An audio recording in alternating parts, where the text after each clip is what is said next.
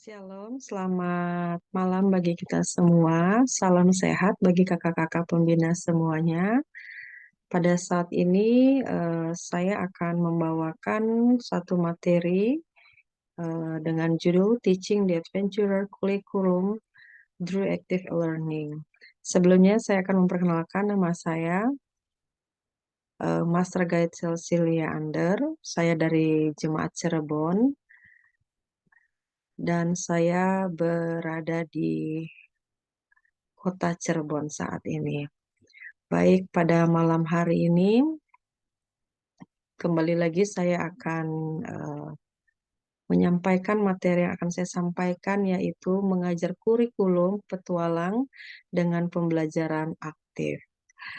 Kakak-kakak sekalian, tujuan daripada modul ini, kelas ini bertujuan untuk mengenalkan 4 tujuan dari 4 tingkat tiap persyaratan kelas yang menggabungkan ide-ide pembelajaran secara aktif dalam setiap tingkat perkembangan anak-anak adventurer. Tingkat pembelajaran kelas ini adalah ada Allahku, diriku, keluargaku, dan duniaku. Mengerti filosofi ini yang diajarkan dari tiap tingkat pembelajaran akan menolong kakak-kakak semua menerapkan saran-saran khusus dan praktis dalam menciptakan kelas dengan pembelajaran aktif dan dinamis. Baik, kakak-kakak, sebelumnya bila mana kita akan memberikan satu kurikulum, memberikan satu topik materi kepada adik-adik, terlebih dahulu kakak-kakak sebaiknya kita setidaknya atau sedikitnya kita memahami lebih dahulu karakteristik daripada adik-adik adventurer. Kita paling tidak mengetahui sederhana saja fisiologinya anak, seperti apa sih yang kita alami di umur 4 sampai 9 tahun. Baik, kakak-kakak di sini kalau boleh dilihat ya, karakter anak usia Little Lamb di 4 tahun secara psikologi, anak-anak ini akan rentan terganggu dengan hal yang lain dan kemampuan berbicara mereka suka bertanya banyak hal dan ini sering kita alami anak-anak kalau sudah bertanya tidak mungkin satu, pasti bahkan lebih dari 3 dan antusiasnya begitu luar biasa sehingga eh, anak-anak ini tergolong bisa dikatakan tidak sabaran. Kapan mereka bertanya, hari itu juga mereka harus mendapat jawabannya. Dan karakter sosial di usia 4 tahun terkadang mereka suka berlagak menjadi seperti bos. Dan untuk early bird di usia 5 tahun secara psikologi mereka rentan perhatian yang pendek, namun belajar secara aktif. Dan kemampuan berbicara mereka banyak ingin belajar memutuskan sendiri, seolah-olah mampu untuk mencari jalan keluar sendiri dengan cara dan usianya mereka. Lalu karakter sosialnya mereka, mereka bisa bergiliran, mereka eh, namun mereka tidak berbagi dengan baik, masih perlu diarahkan. Begitu juga dengan BCB, usia 6 tahun. Psikologi mereka adalah motorik halus mulai berkembang, seiring sering ceroboh dan terburu-buru. Dan kemampuan berbicara mereka, kosakata mereka sudah mulai bertambah.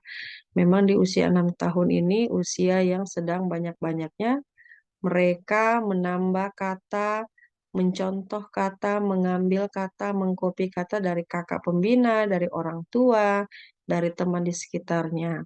Dan itu memang di usia mereka. Karakteristik sosial yang mereka alami adalah mulai bersaing dan peka terhadap kritik. Ya, kadang-kadang kita sudah suka tidak menyangka anak di usia 6 tahun kadang-kadang memberikan pertanyaan kepada kita hal di luar dugaan yang kita pikirkan. Dan pertanyaan yang kritis atau kritikan-kritikan yang ada harus kita jawab. Tidak boleh kita diamkan karena Anak di usia ini sedang banyak-banyaknya mereka menambah pengetahuan, menambah kosakata seperti yang ada dalam kemampuan berbicara. Dan karakter secara rohani dibagi, kalau saya membaca dalam buku James Flower, seorang penulis Kristen, dia membagi dua tahap di usia 4-5 tahun menjadi tahap yang pertama, 6-8 tahun menjadi tahap yang kedua. Di sini dikatakan perkembangan kerohanian di tahap satu, anak-anak di usia ini senang membagi hal-hal yang rohani dengan masyarakat sekitar, dengan orang tua sebagai contoh rohani mereka. Kebenaran tentang Alkitab bagi anak-anak di usia harus masuk akal. Ya, anak-anak pada usia ini dapat mulai memahami perbedaan fakta yang diverifikasi dalam hal-hal yang mungkin lebih berupa fantasi atau spekulasi. Dan karakter bagi anak-anak usia 7 tahun atau kita katakan di kelas sambing secara psikologi ingin lebih banyak bertanggung jawab, lebih ingin selalu menjadi prioritas, mampu menjamin tanggung jawab. Biasanya mereka akan sering berkomunikasi, saya saja Kak, Kak, saya saja Kak, Kak, aku bisa, aku saja Kak ya. Sudah mulai berani untuk mengatakan hal seperti itu. Dan kemampuan berbicara mereka, ya kadang-kadang apa yang mereka terima pesannya A sampai B, mereka bahkan bisa menambahkan sampai eh, E mungkin, sampai G mungkin ya, karena antusias mereka juga makin bertambah. Dan karakter sosial mereka perlu bantuan untuk mengurangi kritik diri agar mereka dapat fokus pada belajar dan melakukan daripada hasil akhir. Dan di usia 8 tahun atau kita katakan di kelas builder ya. Secara psikologi, mereka menggambarkan diri mereka dengan atribut dan pencapaian. Apa yang mereka dapat, biasanya mereka memberikan gambaran diri mereka. Dan kemampuan berbicara mereka suka dengan hal-hal yang lucu, yang humor, dan suka menceritakan hal-hal yang lelucon. Ya, dan di karakter sosialnya mereka, mereka menghargai persahabatan, tapi mungkin tidak memiliki keterampilan untuk berteman. Kalau boleh kita katakan ya di usia 8 tahun ya berjalan saja pertemanannya. Tidak ada yang eh, punya kemampuan lebih untuk memiliki berteman yang seperti lebih mahir atau lebih apa ya. Oke, di usia 9 tahun di usia terakhir, secara psikologi suka membuat pilihan. Dan kemampuan berbicara mereka bisa berpikir mandiri tetapi peduli apa yang dipikirkan teman. Ya, itulah kemampuan berbicara mereka, komunikasi mereka. Karakter sosial mereka berlaku baik dalam lingkungan yang ceria dan menyenangkan di mana mereka didorong untuk mencoba hal-hal baru. Dan secara karakter rohani, ini masuk dalam tahap yang kedua. Memiliki minat yang kuat pada agama dan memahami orang lain mungkin memiliki keyakinan yang berbeda dari mereka. Mengikuti Tuhan dan ajarannya dipandang sebagai tugas dan kehormatan. Inilah kakak-kakak karakter yang harus kita pahami bagi adik-adik. Bila mana nanti kita mengajar kepada mereka, kita harus tahu emosi-emosi ini akan ada kepada mereka. Di umur berapa sedang terjadi terhadap diri mereka. Jadi ini bisa membantu kakak-kakak semua agar kita tidak lost control, kita tidak terlalu over memaksakan keinginan kita, kemauan kita untuk anak ini menjadi apa yang kita pikirkan, sementara anak-anak ini sedang berkembang sesuai dengan umurnya mereka, baik secara psikologi, dalam kemampuan berbicara, bersikap, bersosial, kita harus pahami mereka semua. Dan ada tulisan yang menguatkan untuk kita semua kakak-kakak yang boleh kita jadikan satu patokan yang baik sehingga kita mampu memberikan satu eh, ilmu kepada mereka dengan segala kelemah lembutan, dengan segala kerendahan hati untuk adik-adik kita ya. Baik, boleh saya bacakan di sini bagaimana engkau dapat dengan berhasil mendidik anak-anakmu, bukan dengan marah-marah, karena itu tidak berguna. Berbicara pada anak-anakmu seolah-olah engkau mempunyai kepercayaan di dalam pemikiran mereka. Perlakukan mereka dengan manis budi, lemah lembut, dan dengan kasih. Ceritakan kepada mereka apa yang dikehendaki Allah untuk mereka kerjakan. Katakan kepada mereka bahwa Allah mau agar mereka dididik, dilatih untuk menjadi orang-orang yang akan bekerja sama dengan Dia. Bila mana engkau melaksanakan bagianmu, maka engkau dapat berharap bahwa Tuhan akan melaksanakan baginya. Ini dikutip dari Membina Anak yang Bertanggung Jawab halaman 29. Ini adalah tulisan Ellen G. White. Eh, Kakak-kakak sekalian, ini adalah satu patokan untuk kita. Bagaimana kita mengarahkan adik-adik di dalam kelas kemajuan, dalam kegiatan kepanduan, ini menjadi dasar kita bahwa kita harus membuat mereka menyenangkan. Kita harus membuat mereka penuh dengan lemah lembut. Kita harus membuat mereka penuh dengan kasih, sehingga apa yang kita lakukan di dalam kepanduan membuat anak-anak merasa lebih dekat dengan Tuhan. Baik, saat ini kalau kita melihat tuntutan daripada kelas Little Lamb di sini, kita lihat ya kakak-kakak, ada persyaratan dasar. Kembali lagi tadi kepada tujuan utamanya, di sini ada Allahku, ada diriku, ada keluargaku, dan ada duniaku. Di sini kita harus membagi menjadi masing-masing kebutuhannya. Di kelas Little Lamb, kita harus pahami dulu. Kelas Little Lamb ini adalah di mana kesempatan untuk mengembalakan anak-anak berusia 4 tahun di gereja, 4 tahun di gereja, komunitas atau keluarga Anda ke dalam kandang Yesus. Kesempatan untuk mengajar mereka tentang kasih Yesus dan kesempatan untuk menunjukkan dunia Yesus kepada mereka. Jadi ini adalah kelas yang awal. Bagaimana kita memulai mengawali, menarik mereka untuk mengenal tentang Yesus. Karena di sini dibilang Little Lamb ya, pas sekali dengan namanya. Bahwa mereka adalah domba-domba yang kecil. Mereka punya satu eh, panutan. Ya, panutan mereka adalah Yesus. Kita akan membawa mereka, kita akan mengarahkan mereka kepada Yesus. Dan tuntutan kepada kelas early bird.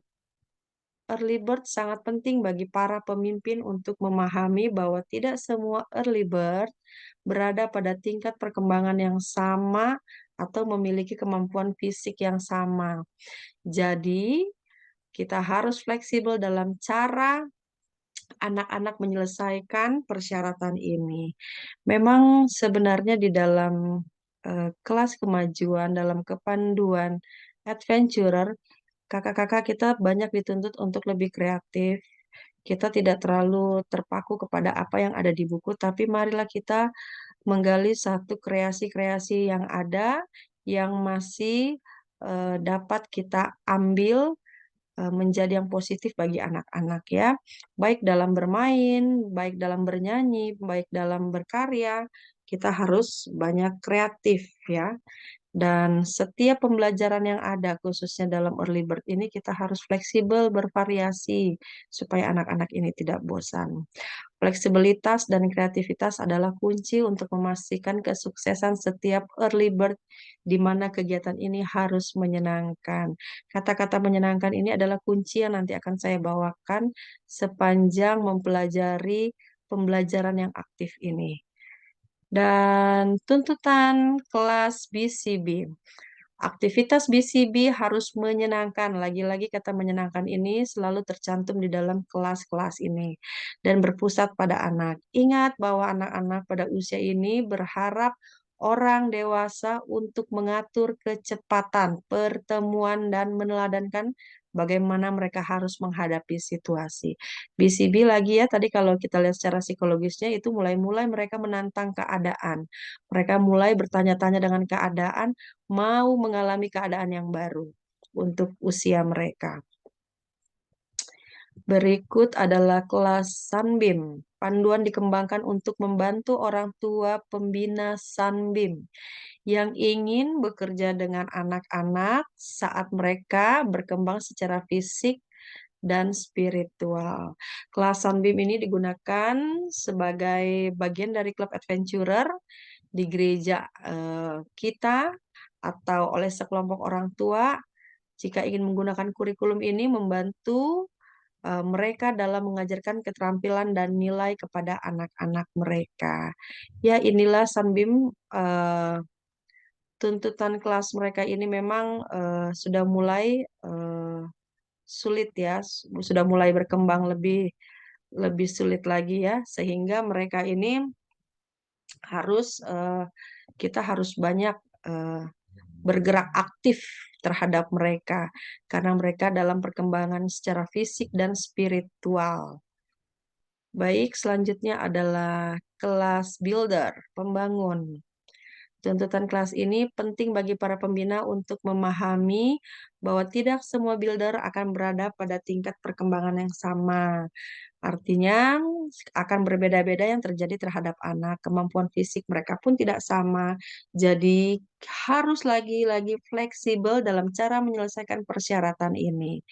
Kita harus lihat kondisi anak-anak ini ya, tidak semuanya. Walaupun memang di usia semakin besar ini mereka akan lebih banyak tantangannya juga ya.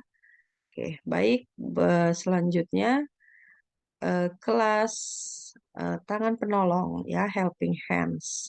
Salah satu tanggung jawab kita sebagai orang tua dan pembina adventurer adalah mendorong perkembangan fisik, mental, dan spiritual kepada mereka. Kurikulum level tangan menolong ini dibuat untuk membantu kita dengan bertanggung jawab. Persyaratan ini diatur dalam 5 area, ya sama seperti yang tadi di atas. Ada dasar, ada Allahku, diriku, keluargaku, duniaku. Ini mereka sudah lebih memahami tentang tanggung jawab karena mereka akan menyelesaikan akhir daripada kelas anak-anak ya. Ini kelas paling terakhir. Jadi sudah mulai diperkenalkan tentang tanggung jawab. Memang harusnya dari kecil ya, tapi sudah mulai ada tugas tentang tanggung jawab, ada kewajiban untuk bertanggung jawab. Ini sudah mulai ditanamkan di kelas ini. Baik, kakak-kakak, untuk membuat pembelajaran yang aktif bagi adik-adik adventurer dari kelas Little Lamb sampai pada eh, tangan menolong, sebaiknya buatlah satu program materi kepada adik-adik sepanjang 1 tahun. Mungkin bisa juga kita lakukan, kita buat dalam 1 bulan. Ini saya spesifikasikan dulu ya, saya kecilkan dulu. Mungkin bisa dibuat seperti ini, kita buat rencana program materi. Materi yang dari mana kita ambil? Materi yang ada dalam buku yang tadi yang saya sudah sebutkan tadi itu ya, ada kelas dasar, ada alaku, ada diriku. Kita buat dalam program ini topiknya apa? Konsepnya seperti apa yang akan kita berikan kepada mereka, lalu apa saja yang kita mau siapkan, dan bagaimana keterangannya yang harus kita sampaikan. Contoh sahabat satu, sahabat pertama, katakanlah bulan Januari. Kita akan memberikan satu materi kepada mereka. Ada dasar, ada diriku, Allahku, duniaku, ada keluargaku. Sahabat satu kita mengajar dasar. Dasarnya apa yang diperintahkan? Ucapkan perjanjian adventurer. Kita, kakak pembina harus bisa berkreasi, kreatif. Kita harus membuat konsep. Kita mau bikin seperti apa supaya anak-anak ini menarik. Saya mengambil contoh dari kelas Little Lamb. Little Lamb topik dasarnya adalah topiknya di dasar ucapkan perjanjian adventurer. Konsepnya saya mengajak adik-adik eh, mengucapkan perjanjian adventurer itu dan dibantu oleh kita semua kakak-kakak yang ada untuk mengikutinya dan dapat diulangi 2 sampai 3 kali. Lalu jelaskan perjanjian adventurer itu. Lalu apa saja yang harus dibutuhkan dalam membantu mereka untuk mengucapkan. Kita buat alat pembantu ya, alat untuk membantu mereka memudahkan mengerti dari apa yang mereka ucapkan. Karena di kelas berikutnya mereka harus menghafalkan. Nah, kita buat guntingan gambar tentang Yesus, contoh ya. Lalu membuat guntingan gambar tentang adik-adik adventurer. Oleh karena Yesus mengasihi aku, ya, gambar Yesus harus ada. Lalu gambar hati tentang kata mengasihi. Sehingga mereka tahu dengan alat peraga ini memudahkan mereka agar mereka mudah menyerap arti dan makna. Sehingga mereka tidak sulit untuk mengerti. Dan sebagai keterangannya, kita minta orang tua dapat mendampingi anak-anak, karena ini harus diulang lagi di dalam rumah mereka ya. Dan di sini kita buat harus ada penanggung jawabnya selama kelas berlangsung. PIC-nya, person in charge-nya, kita buat kakak pembina yang berada di kelas Little Lamb. Nah, kalau dibuat 1 bulan kira-kira seperti ini ya, kakak-kakak ya. Sahabat ke-1 belajar dasar, ucapkan perjanjian adventurer. Lalu kita belajar tentang Allahku. Minimal dalam 1 pertemuan kita buat ada 2 materi yang akan kita kasih. Kalau kita hanya memberikan 1 perjanjian, itu mungkin tidak akan memakan waktu. Tapi dalam kelas Little Lamb ini, tidak hanya Little Lamb aja, tetapi sampai kelas tangan menolong anak-anak ini sifatnya harus bergerak, berkarya, eh, kreatif ya. Nah, di topik Allahku, di sini perintahnya adalah warnai bagan cerita atau buku catatan harian tentang hari penciptaan. Kita mau bikin konsepnya seperti apa? Kita mau menceritakan konsepnya. Kita menceritakan penciptaan tentang hari pertama. Sedikit kita akan bercerita tentang hari penciptaan hari pertama.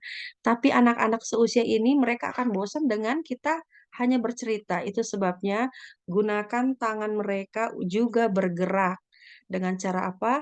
Mari kita mewarnai. Mewarnai apa? Jangan terlalu banyak efek gambar yang ada di usia 4 tahun karena mereka hanya terfokus pada satu.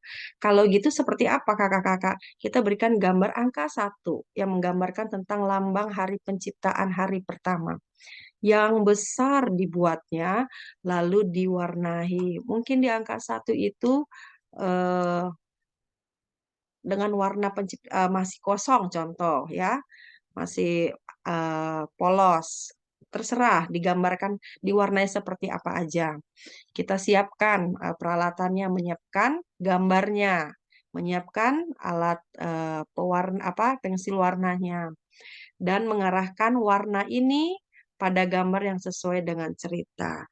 Ini baru dilakukan sahabat pertama. Sahabat kedua seperti apa? Dasar kedua boleh. Lalu Allahku, di situ kalau nggak salah saya lihat eh, kita belajar tentang dasar aja ada 3 poin. Kita belajar tentang Allahku ada 3 poin. Itu terserah kakak-kakak boleh memvariasikan saja. Mau dikombin seperti apa itu silakan-silakan saja, bebas-bebas saja sehingga kita ciptakan kegiatan ini anak-anak tidak bosan. Kakak-kakak yang lebih tahu seperti apa anak-anak yang ada di kelas kakak-kakak sekalian. Baik, setelah mereka sudah melakukan pembelajaran yang aktif sepanjang 1 tahun, ada baiknya kita memberikan hasil untuk adik-adik adventurer. Ya, apa yang sudah mereka lakukan? Contohnya di dalam kurikulum ada dasar Allahku, diriku, keluargaku, duniaku. Contohnya dasar. Setiap mereka sudah melakukan menyelesaikan materi, mereka mampu menyelesaikan semua tuntutan, kita boleh kasih bintang, kita kumpulkan. bintang itu taruh di dalam boleh disiapkan di dalam satu kertas ya kakak-kakak. Dan semua bintang itu kita buat menjadi satu raport. Ya kakak-kakak, ini juga dapat menolong adik-adik bahwa mereka tuh bangga, bahagia, mereka dapat menyelesaikan apa yang sudah mereka lakukan. Ya, raport ini adalah satu hasil bagaimana kemampuan mereka dalam menyelesaikan semua pengetahuan yang ada. Lalu di sini kalau kita lihat, saya sedikit kasih gambar raport ini ya, ini ciptaan sendiri, tapi terserah kakak-kakak mau bikin seperti apa saja boleh. Saya tambahkan kalau lihat di sini ada sikap ya. Nah, dari mana acuan sikap ini? Saya ambil dari peraturan. Atau boleh juga kita ambil dari karakter Yesus. Anak-anak ini kan kita akan arahkan mereka menjadi seperti Yesus. Ya, sikapnya mereka bagaimana? Sudah baik mereka? Apakah mereka anak yang mau berbagi? Apakah mereka anak yang mau disiplin? Nah, kita boleh buat menjadi acuan untuk menilai sikap mereka.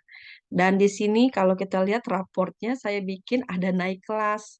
Jadi saya buat bahwa setelah mereka menyelesaikan semuanya, mereka sudah bisa eh, naik ke kelas yang berikutnya. Mereka sudah bisa menjadi orang yang lebih besar lagi untuk menerima tanggung jawab. Jadi ini satu kebanggaan bagi mereka.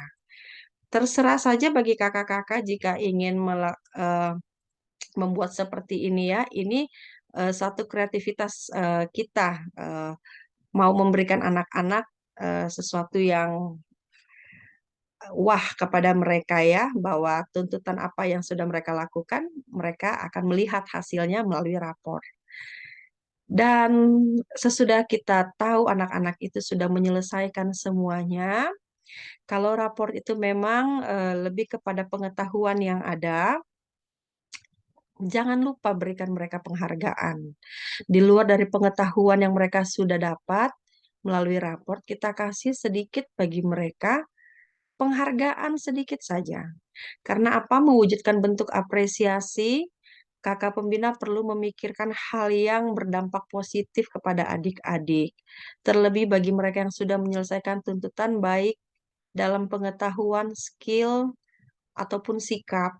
Selain itu, ada juga yang penting yang harus dihargai, yaitu semangat.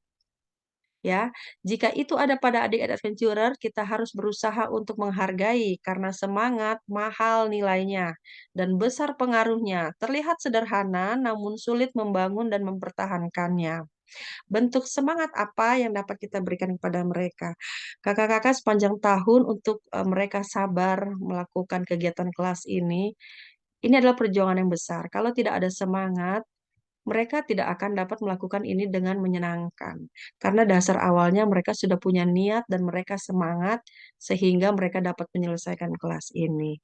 Bisa saja kita mempersiapkan penghargaan bagi adik-adik jika mereka sudah menyelesaikan apa yang sudah mereka lakukan, kita bisa memberikan buku contoh. Dulu saya pernah bersama dengan kakak pembina yang lainnya waktu di Jakarta, kami memberikan satu apresiasi kepada adik-adik yang kerajinannya lebih, yang semangatnya lebih. Kita pernah memberikan satu em, apa seperti beasiswa, beasiswa kepada adik-adik ya, walaupun cuma sedikit. Contoh membayarkan 1 bulan uang sekolah untuk mereka. Contoh lagi yang juara dua misalnya, contoh saja ya, ini contoh 2 bulan uang eh, beasiswa ya. Tapi ini hanya contoh. Terserah kakak-kakak silakan variasikan penghargaan yang akan diberikan untuk mereka. Itu bebas saja. Tapi perlu dipikirkan kita boleh hargai semangat mereka karena semangat ini katanya sangat penting dan mahal. Sederhana memang namun mahal karena mempertahankan itu sangat sulit untuk anak-anak seusia adventurer. Baik, dalam proses pembelajaran yang aktif, prioritas usia adventurer tidak dituntut menjadi mahir, tidak dituntut menjadi ahli, tidak dituntut menjadi lihai. Dalam pembelajaran aktif ini, minimal mereka bisa. harus bisa dan mereka bahagia ya. Jadi jangan salah kakak-kakak, jangan mereka dituntut, wah kalian harus mahir, kalian harus mampu lebih dari ini, lebih dari tuntutan ini. Kalau lebih ya silahkan, itu bonus yang ada karena karakter mereka tidak akan sama, kemampuan mereka tidak akan sama. Ya, skill mereka tidak sama. Makanya di dalam prioritas usia adventurer ini yang paling ditekankan mereka bisa melakukan karena itu sederhana dan bahagia. Karena kalau mereka tidak bahagia, mereka tidak akan ada di dalam kegiatan adventurer ini. 7 langkah mengajar anggota klub adventurer. Ini sederhana saja yang saya sampaikan. Yang pertama adalah mulailah dengan perencanaan yang baik. Segala sesuatu memang harus ada perencanaan. Seperti yang saya sudah sampaikan, saya ulang kembali, ada program materi. Karena itu akan mengarahkan lebih baik ya. Mengerti persyaratan kelas yang akan dibawakan dan mencari tahu apa yang membuat tertarik untuk eh, mempelajari lebih lanjut pada topik. Keempat, libatkan orang tua. Kelima, membuat jadwal yang terencana. Yang keenam, membuat rencana untuk mengajar di kelas dengan baik. Yang ketujuh, mengumpulkan data sumber informasi pendukung. Yang kedelapan, mengajar di kelas. Tentunya kita harus ada di kelas. Dan kita mengevaluasi kepada apa yang sudah kita lakukan. Bagaimana kakak-kakak membuat kelas menjadi menarik atau interaktif? Mulailah dengan perencanaan yang baik dan matang. Itu yang pertama memang sudah pasti. Karena kalau kita tidak persiapkan, kita akan membuat kelas yang asal-asal jadi, yang penting ada kelas. Ini tidak akan bermakna bagi anak-anak, tidak akan membangun interaktif, dan daya tariknya akan biasa saja, ya. Membuat variasi dalam kelas. Seperti tadi saya sampaikan bahwa kita tidak monoton. Kita harus kreatif sebagai kakak pembina. Yang berikutnya membuat kegiatan bereksplor. Ya, inilah dunianya adventurer, harus bereksplor. Mereka harus bergerak kemana saja, berorientasi dengan alam. Ya, sangat baik sekali kalau kita banyak kegiatan di luar. Sebenarnya karena anak-anak ini bukan anak usia anak-anak itu bukan usia anak-anak yang duduk diam. Mereka harus bergerak ya. Nah, seperti yang disampaikan di nomor 4, pastikan tangan kaki perlu bergerak, mulut perlu bergerak. Apa sih kakak-kakak mulut perlu bergerak? Mereka harus bernyanyi, baik mereka dalam berjalan, mereka bernyanyi. Walaupun mereka mewarnai, mereka bernyanyi, menyampaikan kegembiraan di dalam hati mereka ya. Oke, berikutnya membuat rencana untuk mengajar. Ya, planning tadi ya, seperti di atas. Dan berikutnya sesekali menyamakan komunikasi seperti dunia mereka. Nah, ini yang sering terjadi kepada kakak-kakak. Kadang-kadang kita membatasi kita sebagai kakak pembina, mereka sebagai adik-adik adventurer yang kita ajar. Padahal seharusnya sesekali perlu kita berikan komunikasi seolah-olah kita ada di dalam umur mereka. Bahasa kita bisa menjadi bahasa seperti mereka. Ya, cara kita sesekali perlu seperti cara mereka, sehingga mereka merasa nyaman bahwa kita sama dengan mereka. Ada waktu-waktu tertentu yang akan kita berikan kondisi itu kepada mereka, tidak harus selalu. Dan berikutnya, pastikan kita adalah teman dan sahabat mereka. Ini yang paling penting di dalam melakukan menyelesaikan pembelajaran. Kita bukan orang tua yang sebatas anak dan orang tua sehingga ada jarak ya. Tidak sekedar kakak pembina antara yang tua dan yang muda, tapi kita memang berdampingan menjadi seorang sahabat dan teman bagi mereka. Kapan saja mereka bercerita, kita bisa menyiapkan telinga untuk mereka.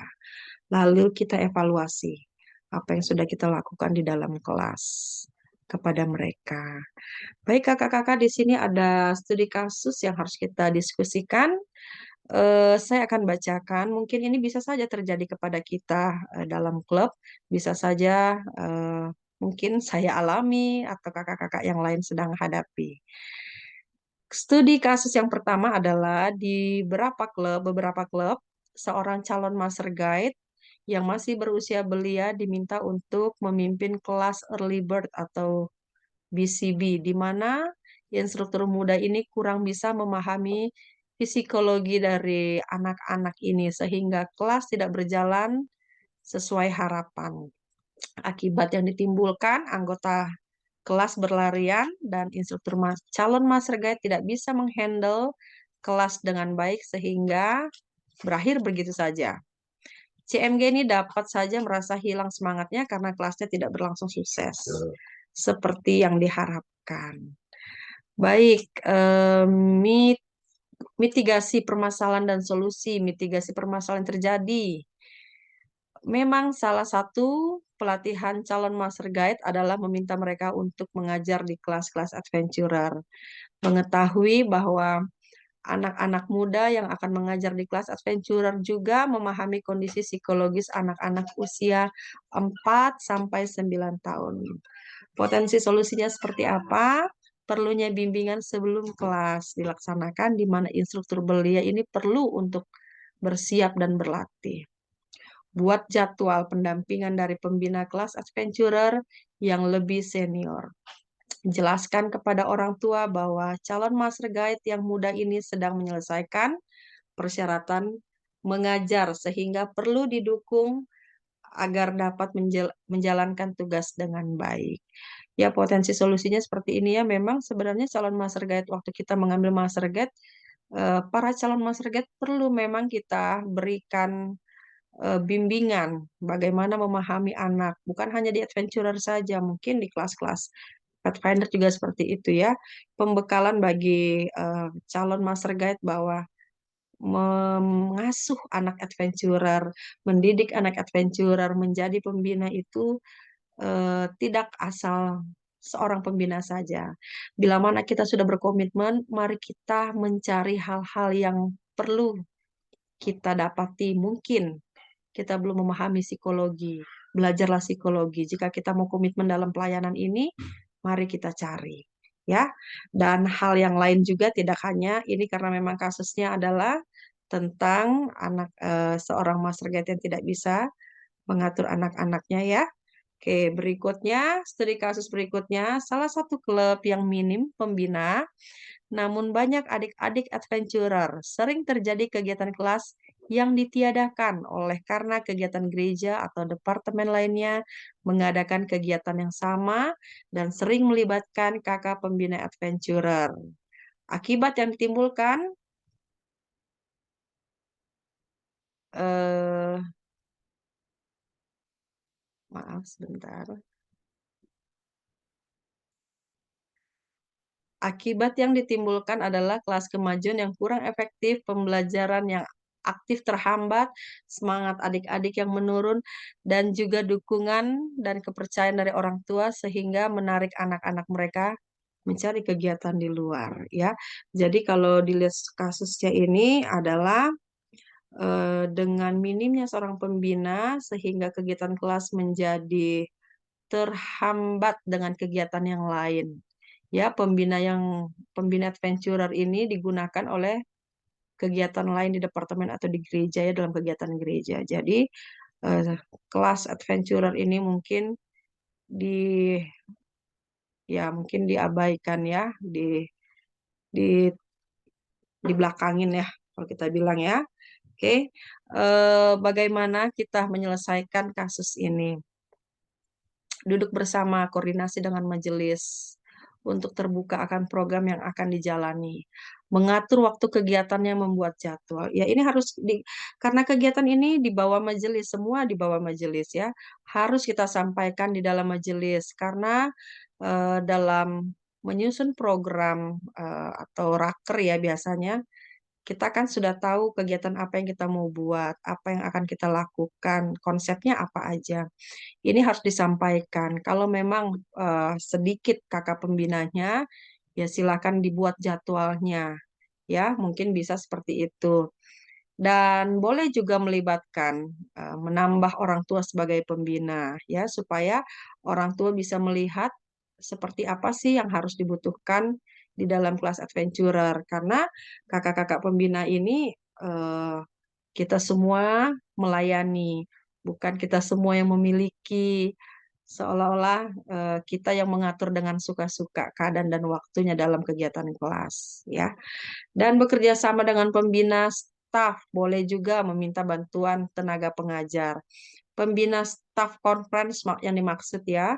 Jika memang aktif conference-nya, minta bantuan tenaga pengajar, boleh sesekali dalam 1 bulan kita minta, boleh nggak kakaknya membantu dalam klub kami 2 kali belajar, contohnya. Biasanya ada seperti itu ya kakak-kakak ya, tapi tidak semua, tergantung kondisi. Dan kesimpulannya adalah menjalankan kurikulum pembelajaran yang aktif perlu membuat satu perencanaan kegiatan yang menarik dan menyenangkan. Ingat bahwa semua kegiatan itu harus menyenangkan, tidak membebani. Namun kita harus serius mempersiapkan untuk mereka. Dipikirkan dengan matang, disediakan dengan baik, dilakukan dengan semangat. Maka anak adik-adik kita akan selalu bersama-sama dengan kita dan mereka semangat menjalankan dan menyelesaikan kegiatan kita. Baik kakak-kakak, itulah materi saya pada hari ini. Biarlah kita boleh membawa satu solusi untuk kita semua yang berada di klub. Bila mana ini menjadi kebutuhan materi ini bagi kakak-kakak, silahkan boleh digunakan, boleh dibaca kembali, boleh di-sharing sehingga kita bisa mendapatkan solusi yang baik. Terima kasih, Tuhan Yesus memberkati.